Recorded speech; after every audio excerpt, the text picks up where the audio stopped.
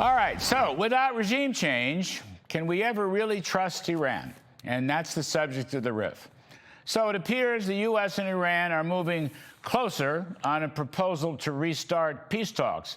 But it seems so indirect, sort of like a carom shot in pool. Who can be sure? As I read it from the media reports, mainly Axios and the Wall Street Journal, the U.S. and Iran are working on a one-page framework to restart negotiations.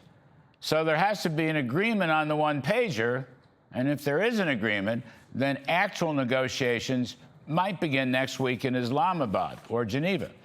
So if I get this even remotely right, and I don't have a lot of direct information, we are currently negotiating in order to begin negotiating.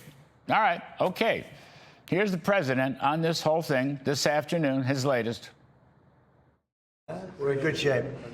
And now we're doing well. Now we have to get what we have to get. If we don't do that, we'll have to go a big step further. But with that being said, they want to make a deal. We've had very good talks over the last 24 hours, and it's very possible that we'll make a deal.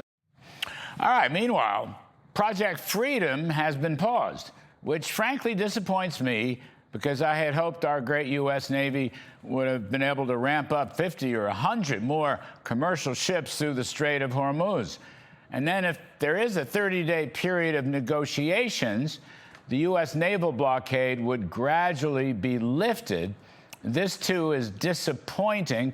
At this point, the blockade, however, is very, very much still in place. So, again, we'll wait to see more information. My hope has always been that the U.S. would exert complete control over the whole Arabian Gulf, including the Hormuz Strait, for some period of time, some considerable period of time. Now, that may still happen. And, of course, our military forces are not going anyplace. And when President Trump says it's very possible a deal can be reached, then I'll go along with that. Of course, I will. I've supported him the whole time. I know he's not going to make a bad deal. I know he'll insist on the key red lines of stopping Iranian enrichment of uranium and transferring enriched uranium from Iran to the United States. And I believe the president would never allow Iran to have control over shipping in the Strait of Hormuz.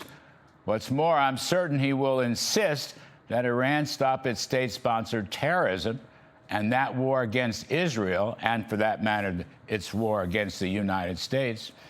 But there is a fear among our Gulf allies that perhaps there's too much uncertainty among the American team, and so it would seem, regrettably, there'll be no major regime change in Iran, which, of course, once again raises the issue of verification and trust.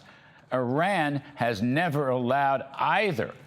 And right now, that may be the toughest part of this entire story. And that's the riff.